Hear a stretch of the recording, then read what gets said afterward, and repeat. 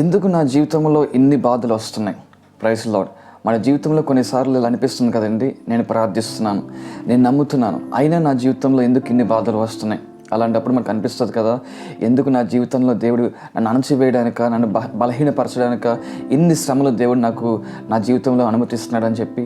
ఒకసారి మన లేఖన భాగంలో మనం చూస్తున్నప్పుడు మొదటి పేతురు రాసిన పత్రిక 5వ అధ్యాయము 10వ వచనము 2వ భాగంలో ఇలా తెలియజేస్తుంది ఏంటంటే, కొంచెము కాలం మీ శ్రమపడిన పిమ్మట తానే మిమ్మల్ని పరిపూర్ణులుగా చేసి స్థిరపరిచి బలపరచును. అంటే మన దేవుడు మనకి శ్రమలు అనుమతించినప్పుడు అవి మనల్ని బలపరచడానికే కానీ బలహీనపరచడానికి కాదు, అవి మనం నిలబెట్టడానికే కానీ మనల్ని కూల్చివేయడానికి కాదు. మన జీవితంలో దేవుడు అనుమతించిన ప్రతి శ్రమ, ప్రతి బాధ కూడా అది మనల్ని బంగారం వలె మెరుగుపరచడానికే కానీ మనల్ని ఎంత మాత్రమో నాశనం చేయడానికి కాదని చెప్పి మనం జ్ఞాపకం చేసుకోవాలి.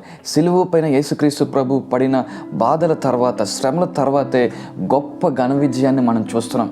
ఈరోజు దేవుడు నిన్ను తయారు చేస్తున్నాడు, నిన్ను సిద్ధపరుస్తున్నాడు. నీ జీవితంలో ఒక గొప్ప కార్యం చేయడానికి దేవుడు నిన్ను సిద్ధపరుస్తున్నాడు. కాబట్టి విశ్వసిద్దాం, దేవుడు మన జీవితంలో గొప్ప కార్యము జరిగించునుగాక. రేపటి దినాన మనము మరొక అంశంతో మనం కలిసి డే 3 మనము దేవుని వాక్యాన్ని ధ్యానిద్దాం. దేవుడు ఎందుకు మౌనంగా ఉన్నాడు అనే అంశం మీద మనము దేవుని యొక్క లేఖన భాగం ధ్యానిద్దాం. ఆమేన్. దేవుడు మిమ్మల్ని దీవించునుగాక.